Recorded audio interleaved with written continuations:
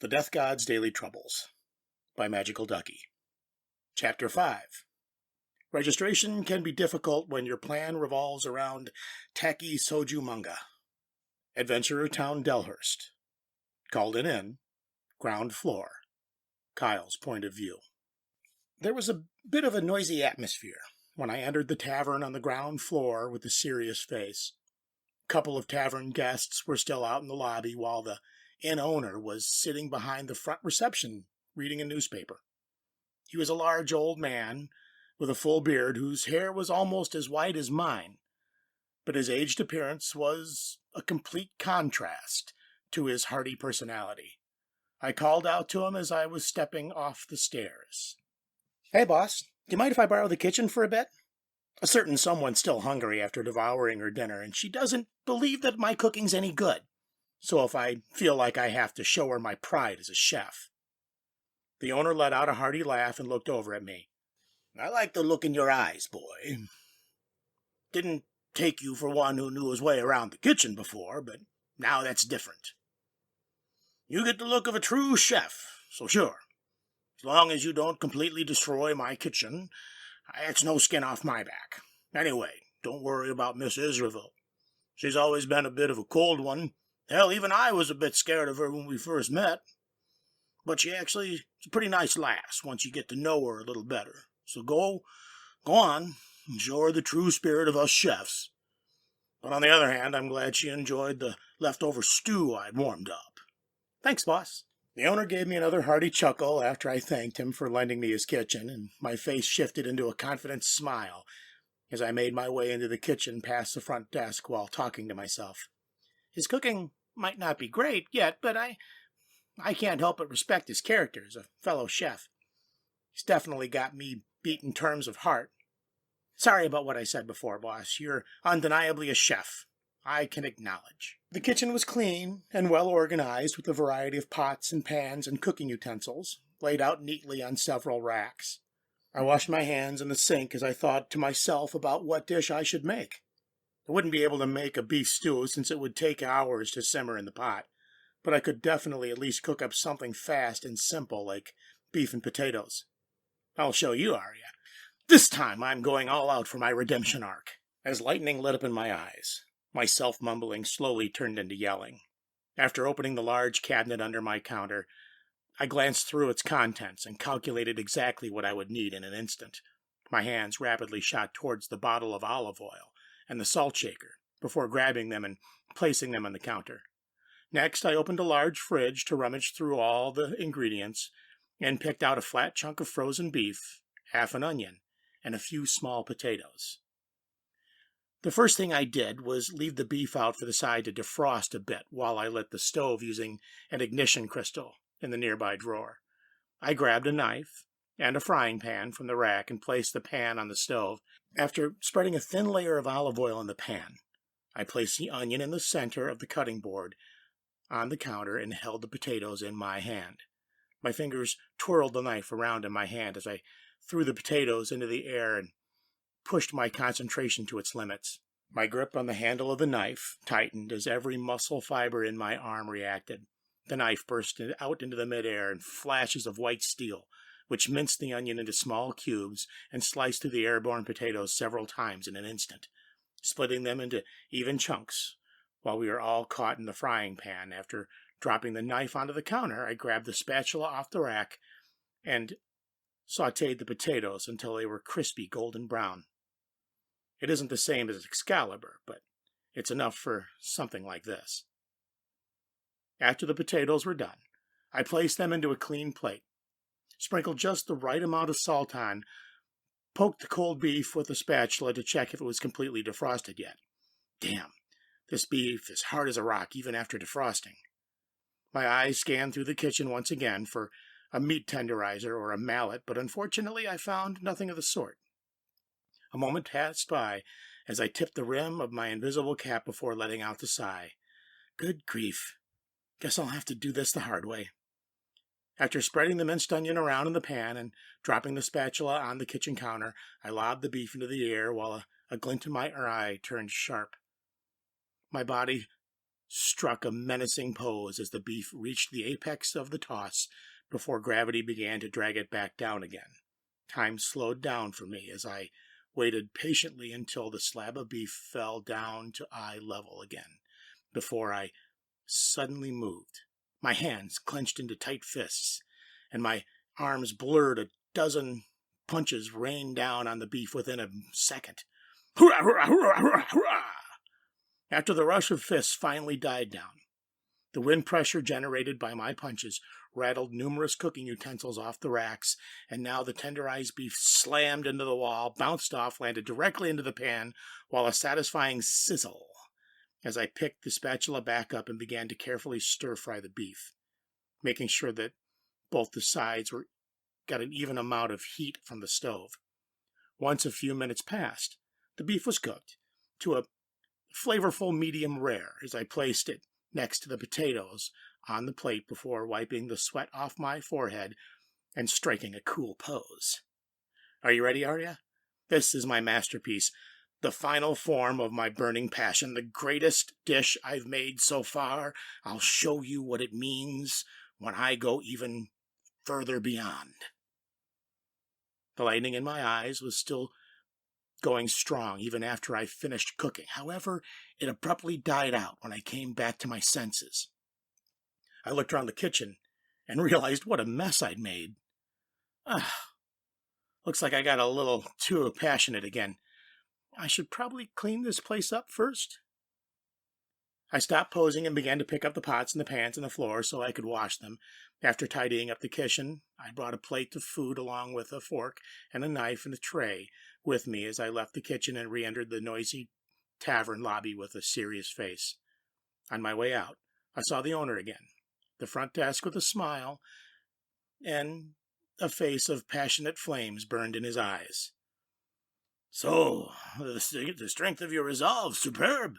Absolutely superb. I could feel your intensity even from out here, boy. Now, go show Miss Israel what it means to insult a true chef's pride." "Will do, boss." My mouth couldn't help but edge upwards into a smile after such an exchange between two passionate cooks. Adventurer's Town, Delhurst. Called an inn. Arya's room. Arya's point of view. About a half an hour had passed since Kai stormed out. I'd been sitting here in my bed with my arms crossed this whole time. I was starting to doubt if he was even cooking, or the thought of going downstairs to see what was going on crossed my mind when I heard the door creak open. I looked over and saw Kai entering. He looked back at me, and we locked eyes for a moment. A resolute glint in his eyes met my annoyed expression as he walked over with a tray holding what seemed to be a plate of beef and potatoes. You sure kept me waiting." "Sorry about that. I had to clean up the kitchen after I was done. Anyway, unfortunately, I don't have enough time to make beef stew, so you'll have to make do with this." Kai placed the tray in my lap as he took a step back and leaned against the desk while staring at me. I stared back at him for a second before looking down at the tray. The delicious aroma of food wafted up from the plate. The potatoes were perfectly golden brown, while the beef glistened with juices. The hunger that I had suppressed before broke out again as I swallowed my saliva while thinking to myself, that's unexpected.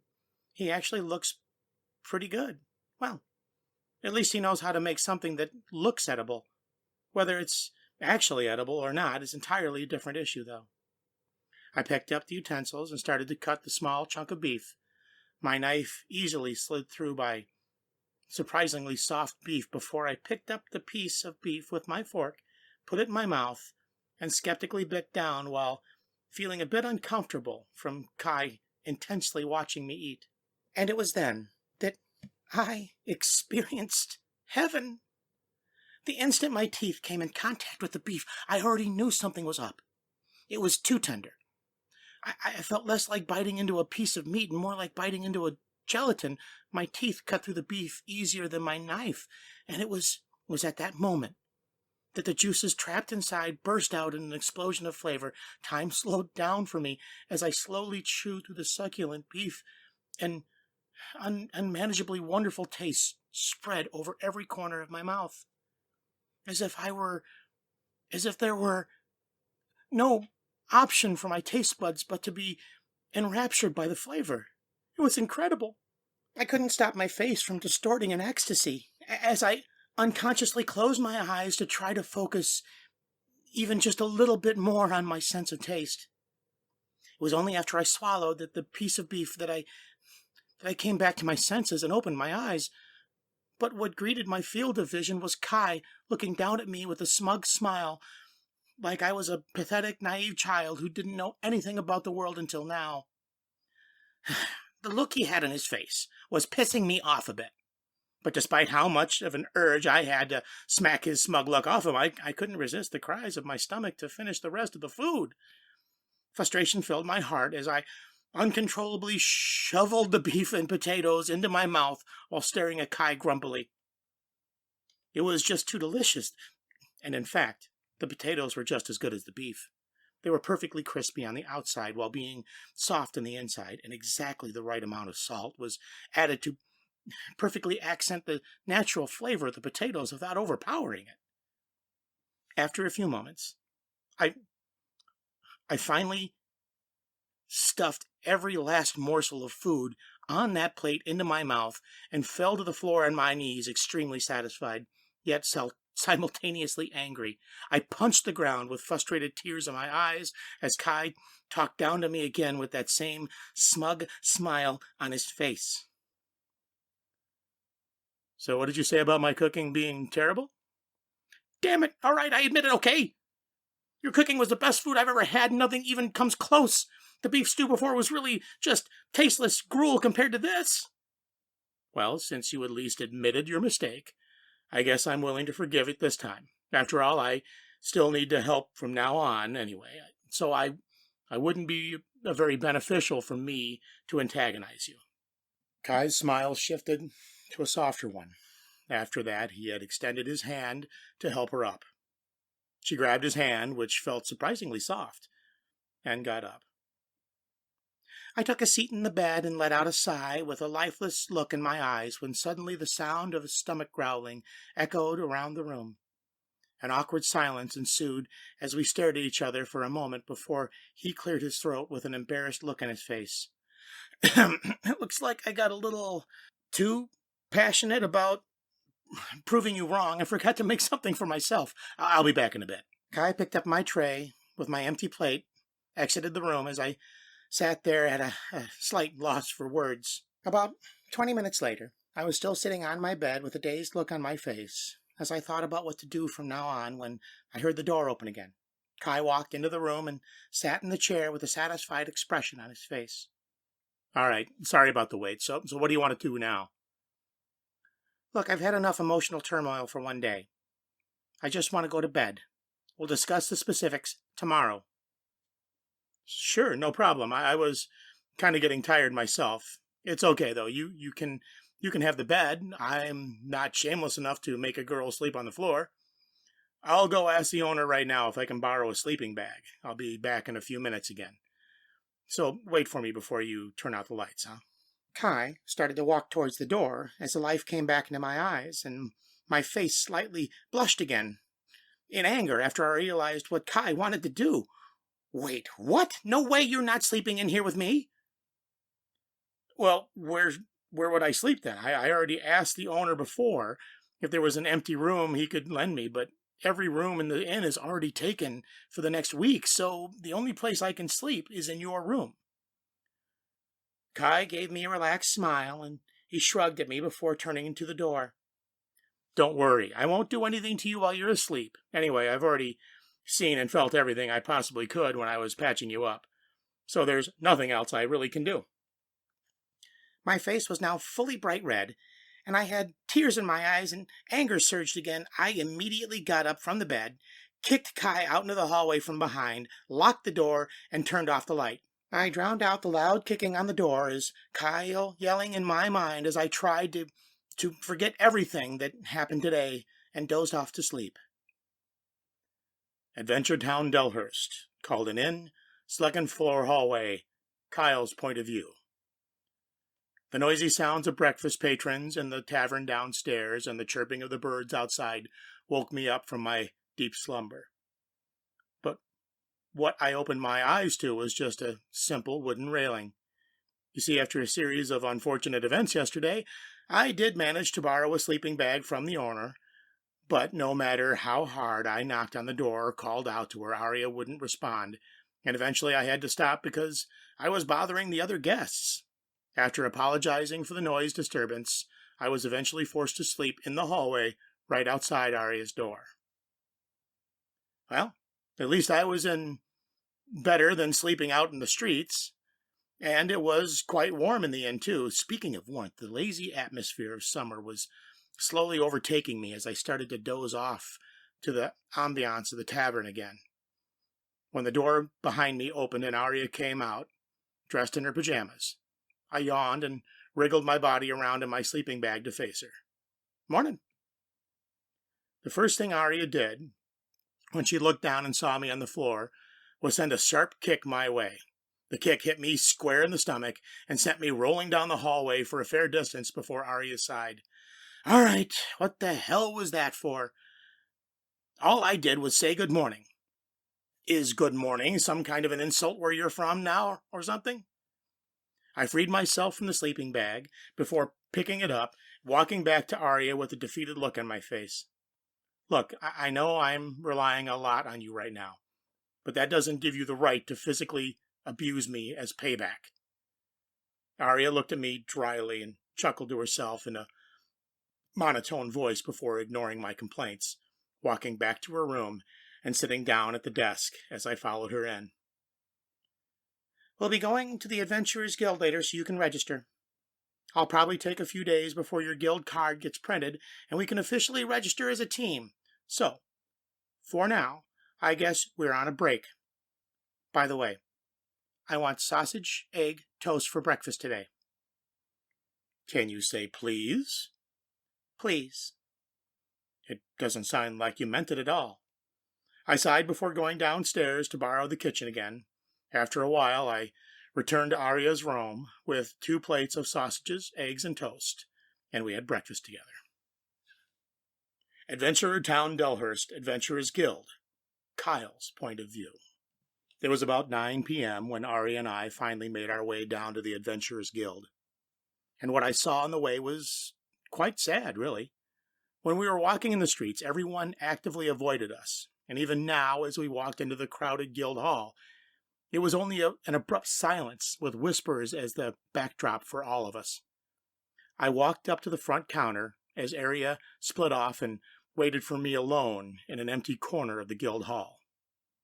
And if you're wondering how Arya was able to find the empty corner in such a crowded building, well, it's quite simple. You see, the moment Arya even turned in a direction, everyone there scattered like ants. After seeing what happened and feeling just a bit sorry for Arya, I turned around and got the line for the desk. But ironically, the moment I got in line, everyone else in line got out, leaving just me and the receptionist. The guild receptionist this time was a different person than the one I saw yesterday. Standing behind the counter today was a shy-looking elven girl who seemed like she was just on the cusp of a young adulthood.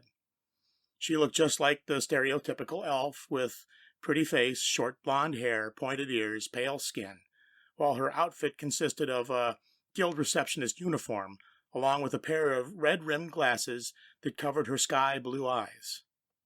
Evidently, even she seemed a little scared of me, and Arya, since she was wearing a stiff, fearful smile, while looking at me and trembling like I was going to eat her. Excuse me, how can I help you, sir? Damn, it's going to be hard, isn't it? I sighed softly to myself. But it seems that she heard me because the moment I sighed, she gave a short yelp and ducked down behind the counter. Well, looks like my first impression isn't very good. I guess it's time to tap into my ancient arcane knowledge of JRPGs, scenarios, and manga. In this kind of situation, where everyone's scared of me, the first thing I should do is show that I'm a nice person. So I guess it's time to work the old charisma stat. I'll start with the receptionist. Actually, come to think of it, how'd they do that in the Soju manga? Again, oh yeah, I remember now. I don't know how well it'll work with these borrowed old man clothes on, but it's worth at least a try, right?" I called out with a gentle voice to the receptionist. Excuse me, are you all right, miss?" As she slowly peeked her head up above the counter again to look at me, I stared into her eyes tenderly and gave her the nicest pretty boy smile I could muster, and spoke softly to her to try and calm her down. "It's all right. I'm not here to hurt you. I just want to register to be an adventurer." I reached out slowly with my right hand and gently parted her slicky hair to the side before sliding my fingers across her cheek. "Besides, I don't think I could bring myself to hurt a single hair on someone as pretty as you." Ugh, I'm gonna puke. I don't think I can take this much longer. Maybe this method was a mistake. I swear, there are flowers starting to pop out in the background. Please, Miss Receptionist, just take the soju bait so I can register and never come back here again. My face is starting to cramp from holding this fake-ass smile. Ah. The receptionist slowly stood back up from behind the counter as she held her hand together while looking downward with a blush on her face. The uncertainty in my eyes turned into confidence once again as I realized my awful plan was working. Yes, hook, line, and sinker. Now let's get this done with. Everyone's attention is already starting to shift to me instead of Aria. As I took my hand off the receptionist's face, she quickly glanced up at me with a red face before immediately looking back down again at her hands. The moment after she made an eye contact, she began to fumble around with her hands under the counter, looking for a registration form. Please, wait a moment, sir. I'll go find a registration form." She turned around in a fluster to enter the office behind the counter, and I don't know how she did it, but somehow she tripped over her own feet while turning around. She let out a cute cry as she tripped.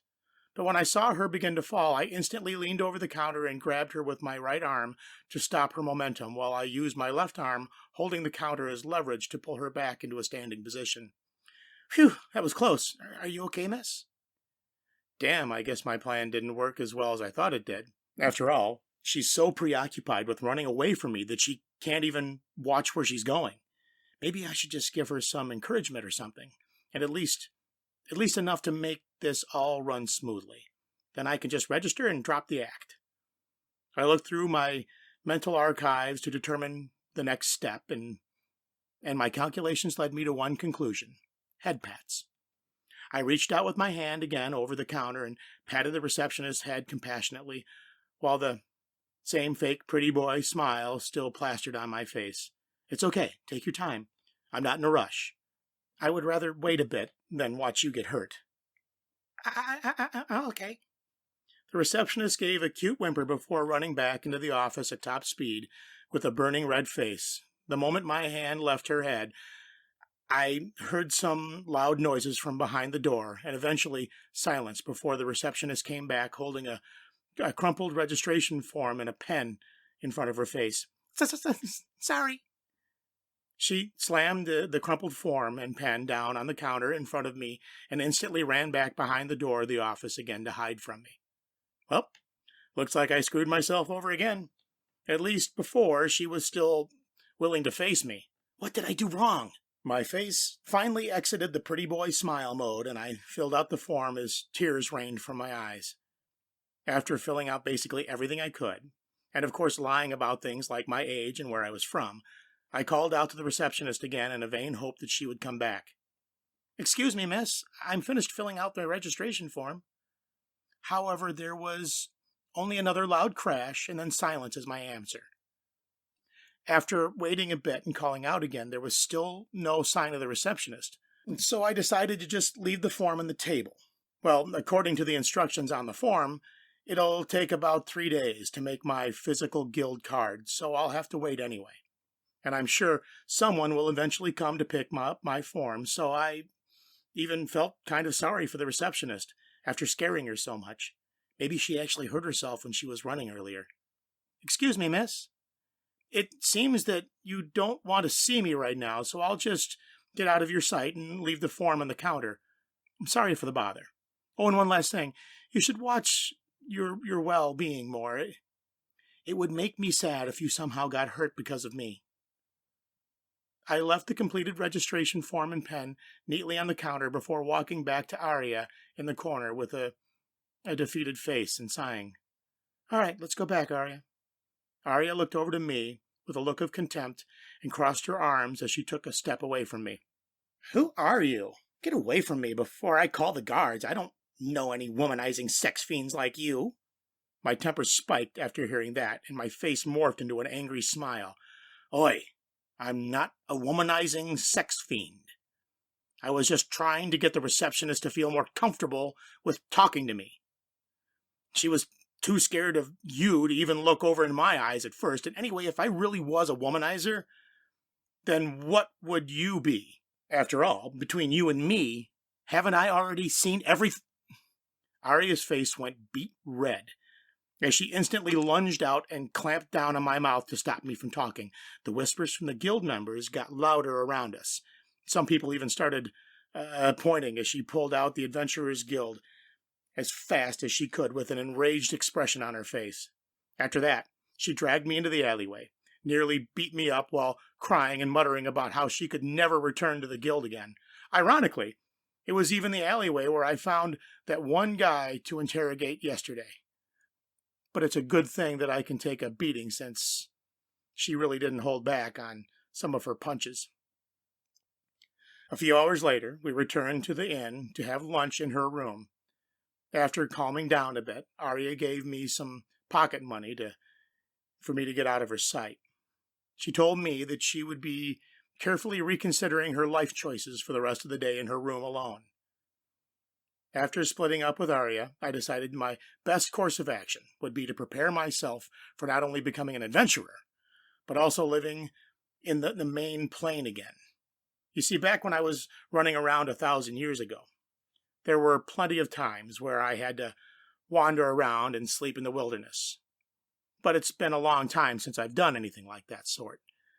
And while I'm pretty confident that I won't be easily killed during some research on a monster or around this area, it's probably a good idea that I don't know exactly how strong the monster is in the main plane of Gotten. But I'm definitely not as strong as I was before. So my best bet is to avoid becoming a monster food. It's to be as cautious as possible, at least until I get the idea of how dangerous everything is. After planning out my preparations, I ran around Delhurst asking people about the basics for adventures, researching the value of money in this country, and finding out what the latest global news was. I even found out that they had a pretty decent library in Delhurst, since apparently the previous mayor was an avid reader.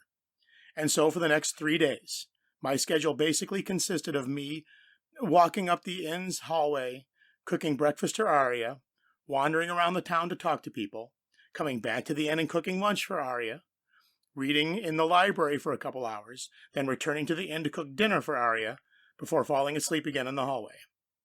However, eventually my guild card did get delivered to the inn, and it was that morning, 4 days after Arya and I met, that we set off to the Adventurers Guild to register as a party and take our first quest.